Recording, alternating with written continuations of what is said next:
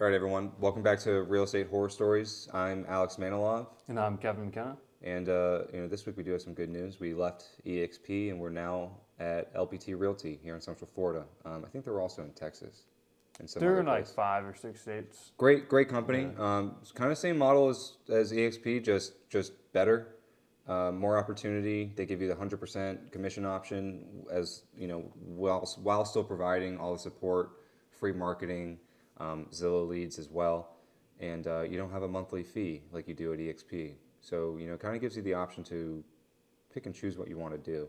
So we were like, yeah, let's jump ship. Yeah. Yeah, let's get out of here. Much better option for us. So this week we have a story we've been wanting to tell for a while. It's a domino deal. They're always so fun. Contingency buys and contingency sales. And this one took 3.5, 4 months to close. From started in February to End of May. to now. Yeah. Last week of May. Yeah. So basically, it started with the day before I left for Israel. I had a Middle East trip planned with my dad and a couple friends because they were running a marathon out there to knock off the Asian continent. Which doesn't count. Israel does not count Yeah. as an Asian country. Yeah, I don't care.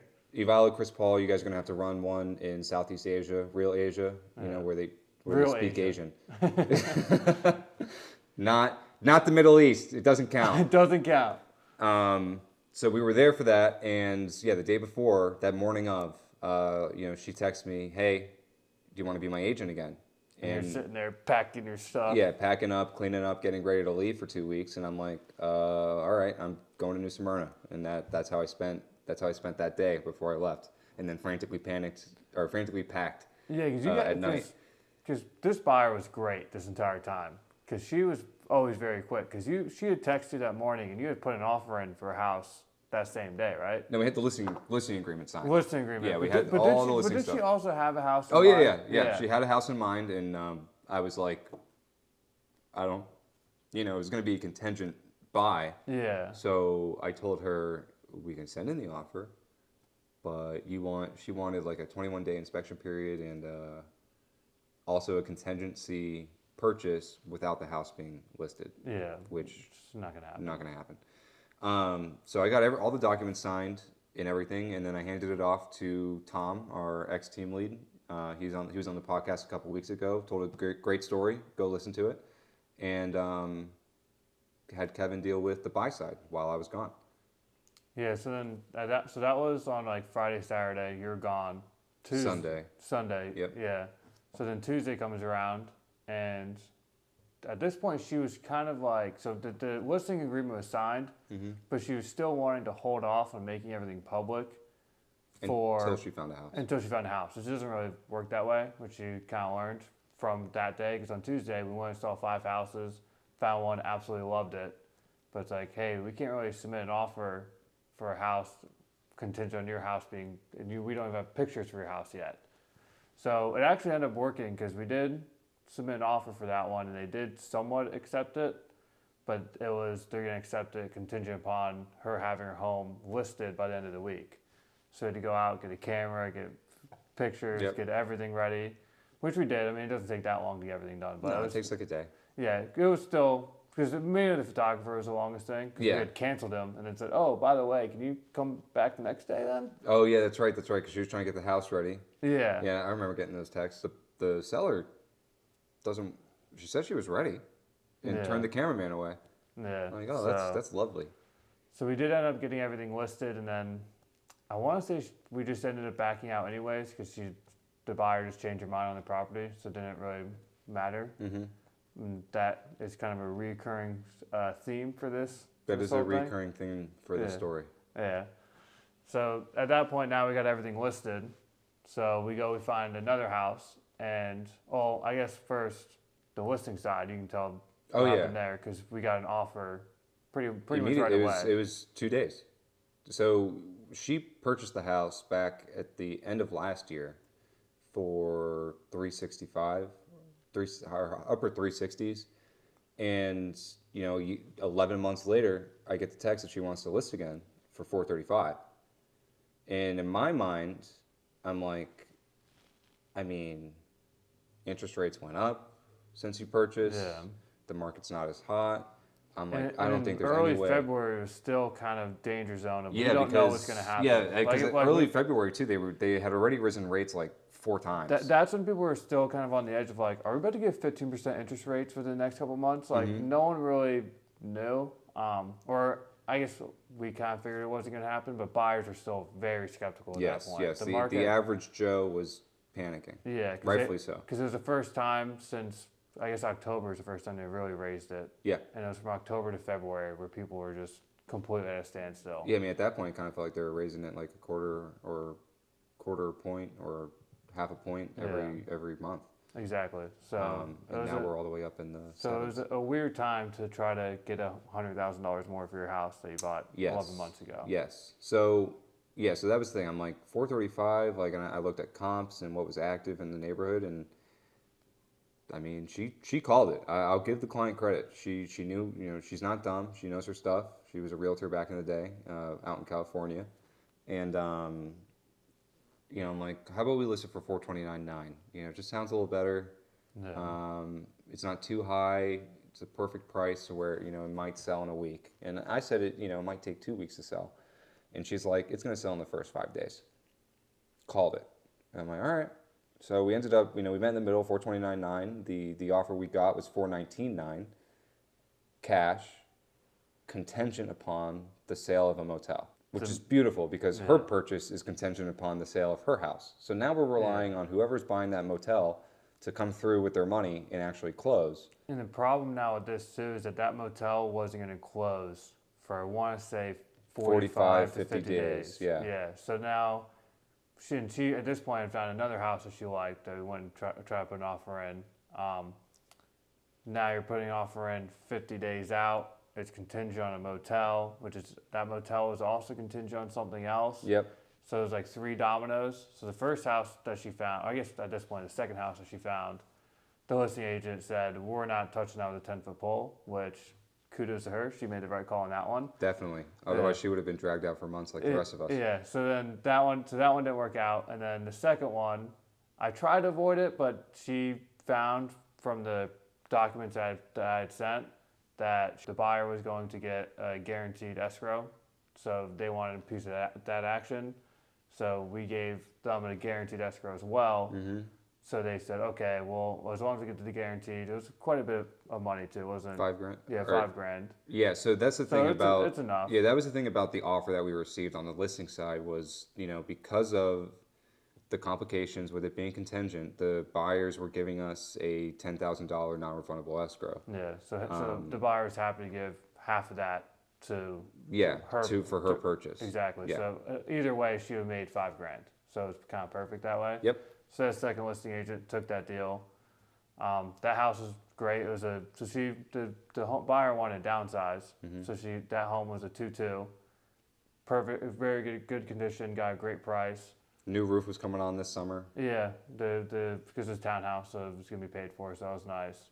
Great deal. Everything's going smoothly. We're gonna close April 28th. Yep. So it's still gonna be a little bit. At this point, it's still Beginning of March. February. Yeah, End of February, beginning of March. So okay, we'll just kind of wait it out. Yep. And then comes April 1st. You get a fun phone call. Was it April 1st? It was the first week of April. It was beginning of April. It was the first. Yeah. No. It was the second Sunday because it was past Easter. That's right. Yeah. It was past Easter.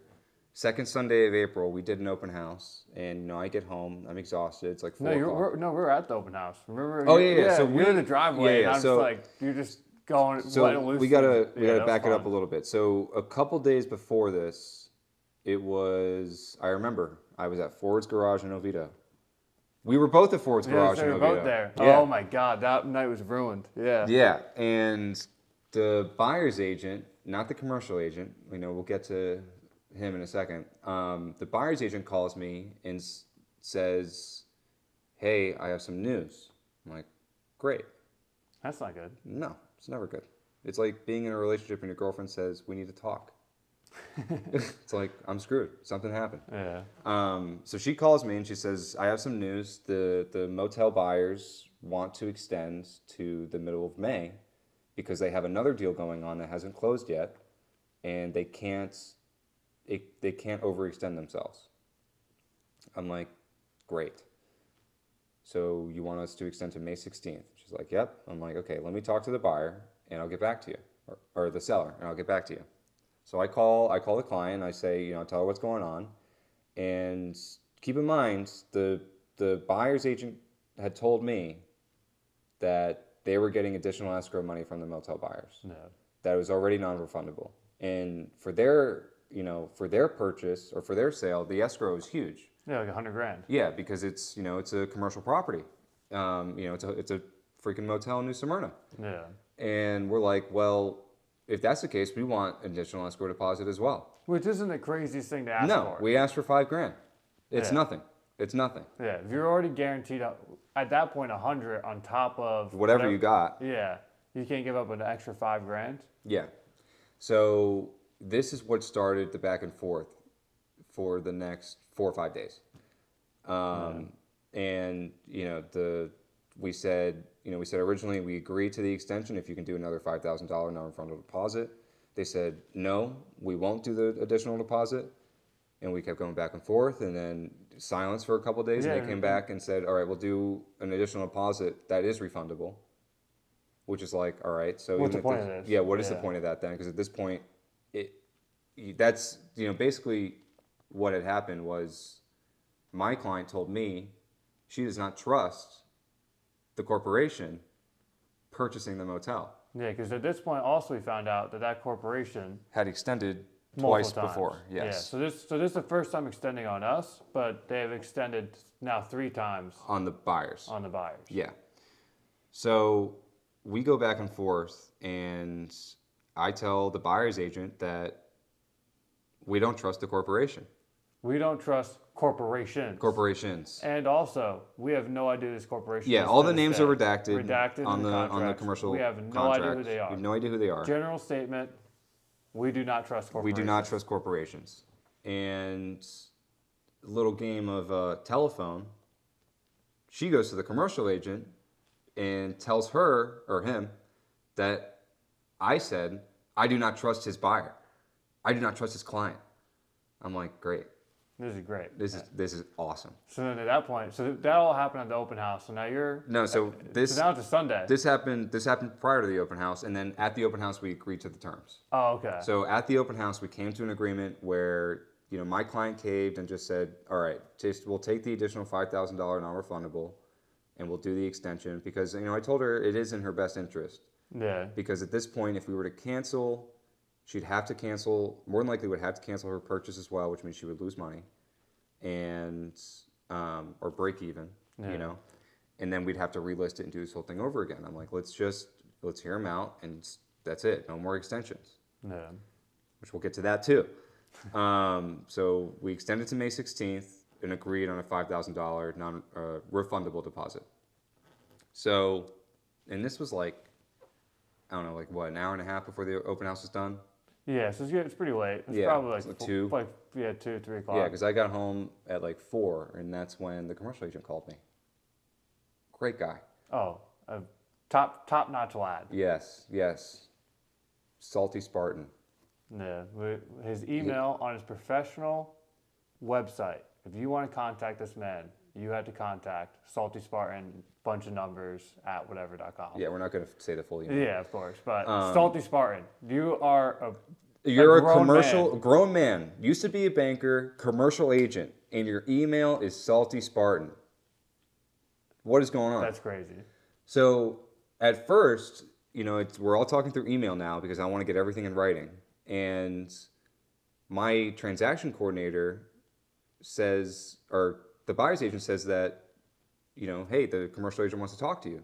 So the transaction coordinator calls, and she told me he screamed at her. Where's Alex? I want to talk to Alex. I know who you are. I don't want to talk to you. Hangs up. I'm like, and then, I get a call immediately after. Hey, Alex. Yeah, I tried calling him, and he yelled at me and hung up and wants to talk to you. And I'm like, oh, great. I'm exhausted at this point because we did open house Saturday and Sunday back to back. And Yeah, probably did. Worked all week. Probably didn't open house before that. I mean, we were probably going 14 days straight. Yeah. You know, and I was just like, great. My patience is already very thin, so let's call this guy. So I call him, and I don't even know who he is. I didn't know who he was until we were told to reach out to him. Yeah, so this is some random dude. Yeah, never interacted with this entire transaction. At this point we're a month and a half in. Yeah. No idea who he is. I don't need to know who he is. He's not a part of the residential sale, so it doesn't matter. So I call him, and he starts just ripping me a new one right out the gates for 30 minutes on a Sunday afternoon. And I'm like he starts it out great. He's like, is this Alex? I'm like, yeah, this is him. I'm reaching out to so-and-so, like, what's going on? I heard you want to talk to me. It's like, yeah, I do. You slandered my client. You said that you didn't trust them and they're untrustworthy. And I'm like, that's not what I said. That's not what I said at all. He's going to sue you. Yeah. Starts threatening. He's like, I'm going to send this text to them right now, and we're going to see you in court. And I'm like, for what? Slander. I'm like, me saying a general statement of me and my client don't trust corporations. That you said on the phone. That I said on the phone, not over text or email. Yeah. So you have no written proof. So you're gonna go into court. Your Honor, she said that he said this. Good luck with that. Yeah. So he starts going through it all. He's like striking me out like he's an umpire at a baseball game. He's like, strike one, you said this. Strike two, you don't know the details of the contract. And I'm like, I do know the details. That says addendum 2. Where's addendum 1? Dude. Where's? And also, how long have you been doing Oh, this that's for? the best part. So, like, after the beginning of the conversation, he's like, "How long have you been doing this for?" And I'm like, 2.5 years, and I grew up in the industry. And he's like, "I've been doing it way longer than you." Went on his resume, he's only been doing it for 5 years. He was a banker his whole life. He's a banker. He decided he's going to get into commercial. He failed at that, so he got into real estate for 5 years. Not that much longer. Not that much longer. No. You'd think someone that says, I've been doing this much longer Be like than you. decades. Yeah, exactly. Like, dude, you've been doing it 5 years, man. You're a grown man. Like, let's calm down. Relax. So he's, threatening to sue me, saying he's going to let the clients know. And I'm like, I'm telling him the truth because I have no problem. Well, I don't know who his clients are, but also I have no problem with the buyers of my listing. They're great people, very nice people. They just want to retire. That's why they're selling the motel. Yeah, it's not their fault. It's not their fault at all. I just said, and my client said, we don't trust corporations. And I said to him, I'm sure there's corporations that you don't trust. And he goes, I trust every corporation. I'm like, okay. Okay, sure. You sure about that? I can name a couple. I can name a couple too. Yeah. We're gonna. That's all. Beep beep beep beep. Yeah. All right. So I'm like, okay. And I'm like, what do you want from me? Because I just started. I was sitting in my living room, phone on speaker, mute, laughing, because I knew he had no case. I'm not an idiot. And I'm just like, if this guy's like in his late 60s and he spends his afternoons yelling at people, he's going to be dead in like a year. So at one point, I unmute the phone. I get my composure. I'm like, what do you want from me? He's like, I want you and your seller to agree to the terms of this extension. And I'm like, dude, we agreed this morning. Where have you been? 180. Yeah, immediate silence. He's like, oh. Well, if that is the case, I'm willing to put all this behind us and forget about it. I'm like, am I unpunked? Is this like a negotiation tactic right now? Like, what a master negotiator. I'm just going to call, not let them speak for 30 minutes, and just threaten to sue. And make myself look like a jackass. Yeah, yeah. Horrible. Terrible. And I'm like, if the clients knew that you treated me like this, what would they say? Yeah. That's what I was wondering the whole time. I'm like, do your clients know that you act like this to other people? Yeah, you're not going to get a raving review from anybody. No, and let alone, if you want to work, part of this real estate thing is you have to, as annoying as realtors are, you have to work well with each other because it's a small community. Yeah. You're going to run into the same, I've worked multiple deals with the same realtor multiple times, where if you tarnish that relationship, they're not going to want to help you out. But if you have a good relationship, they may make it work, cut some corners, figure something out. I'm always gonna do a favor for someone I like. I'm never gonna do a favor for some guy that chewed me out for 30 minutes. Yeah, It's- yeah. You're not gonna get anywhere with me. If No. anything, I'm gonna go out of my way now to make your life miserable. Yeah, exactly. It doesn't get you anywhere. So after that happened and we got the extension signed, our client canceled her purchase Yeah. So decided no longer wants to downsize. and wants to get another 3-3. And this is all within 48 hours at that point. So, Yeah. oh, this is just great. Yeah, I'm like, oh, I love this. Fortunately, we were able to find a townhome immediately that weekend, Yeah. and that was the one that we went. It was listed for $319, and we offered $339, no inspection, and again $5,000 non-refundable escrow. And Very, very good deal. very good deal. We had to go over asking because they had like 12 showings the day before, and the open house that we went to was just packed. It was like a party. Yeah. And a house in that same neighborhood in the beginning of all this that Sharon liked was sold within a day, also over Yeah. asking. Yep. So that was kind of the So lay of the land for that. it was a neighborhood. really high demand area, so we Yeah. couldn't let it go. And the only way for us to get the contingency contract signed was to go over asking and do all this extra stuff. Exactly. Yeah. Otherwise, the sellers wouldn't have taken it. And at this point, they see the contract details and they're like, "You guys have been under contract since the end of February, beginning of March." What's going on? Yeah. What the hell's going on? And we kind of told them a little bit. It's like, oh yeah, we were supposed to close in April. We're middle of May for sure. Closing middle of May. Not going to be a problem. Not going to extend again. We have a very trustworthy corporation we're dealing with. Oh, here. very trustworthy. Soup's trustworthy. So pretty much that's where it kind of gets a little easy now. Like the highlight of the story was really just getting yelled at. Yeah. But so fast forward now to pretty much the day before closing, the 15th. It was the day before. The yeah. 15th. I wake up to a text from the buyer's agent. Alex, I have some bad news again. I'm like, great, we're extending. The commercial buyers failed to get insurance. And I'm like, you guys have been under contract since Jesus. At that November, October. point. Yeah. And you're telling me their inspection period passed and they decided to get the wind mitigation and 4-point inspection for insurance done on the property the Friday night before closing? Yeah. Like, because you close Monday? What? Who are these people? Yeah, who's buying this motel that they don't know? Oh, hey, Oh, by we the should probably way, get insurance. Yeah. What's scheduled out for, 2 days before closing? Yeah, and That'd like be a it's, good idea. a residential property, okay, you can get insurance in a day. You can get the inspection done in the morning and have insurance by night. Commercial property is a whole different ballgame. So now at this point, too, I mean, it's only a week. Oh, but yeah.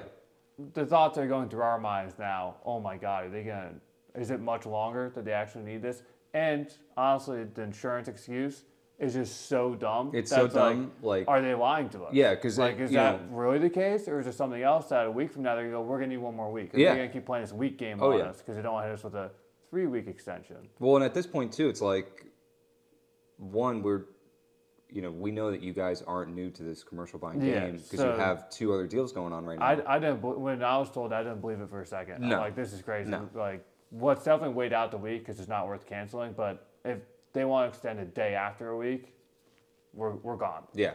And then at that point too, my seller had no money.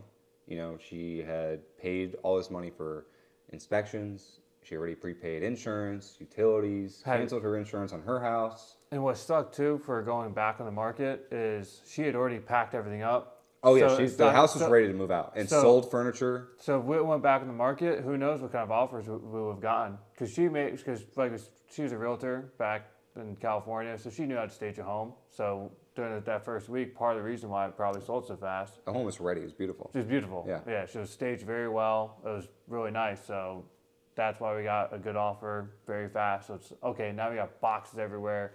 Random furniture is all askew. Mm-hmm. Not going to show as well, which could hurt you. Yeah. Oh yeah, because a lot of buyers can't look past junk. Yeah.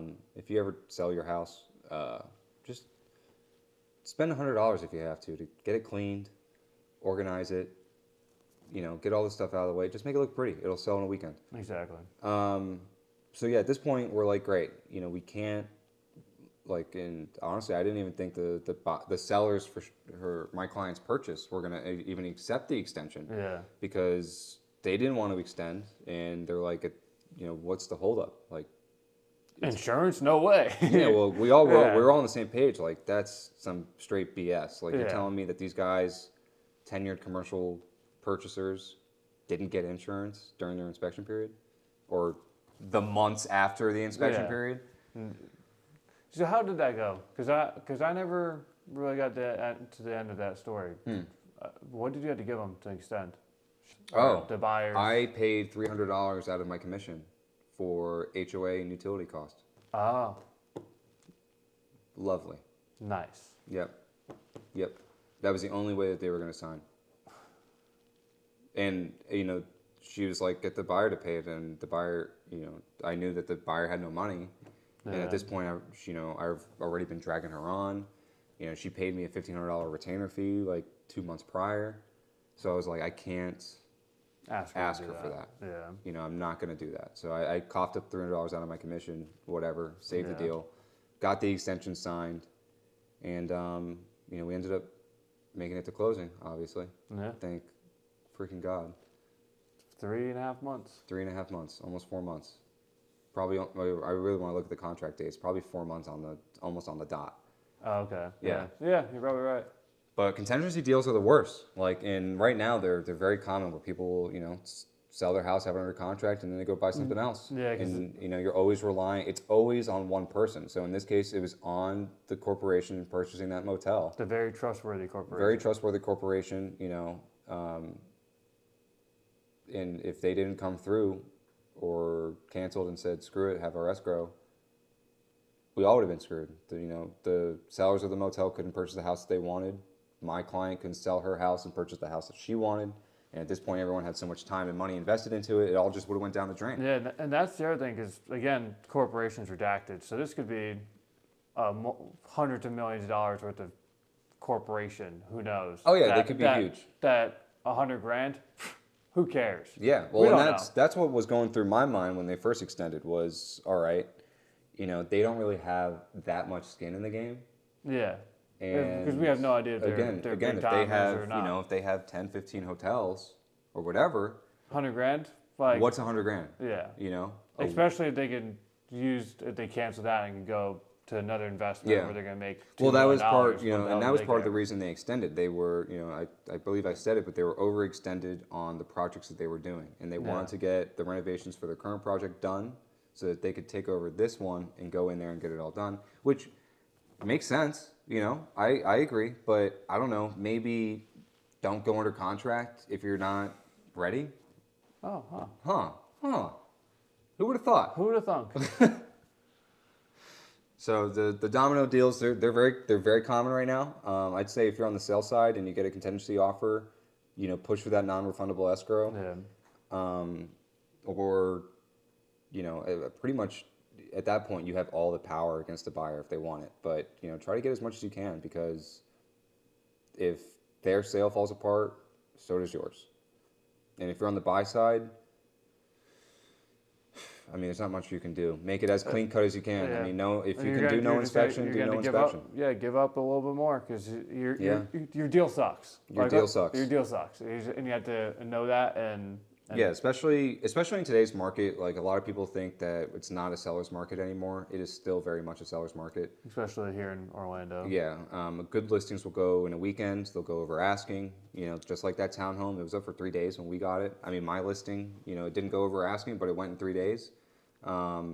It's common right now. So if you're a buyer who's going to have a difficult offer, long inspection, small escrow, long closing date, these are all factors that a seller will look at and say, I'm not too sure. Yeah, because if they get a cash offer that's even $10,000 under.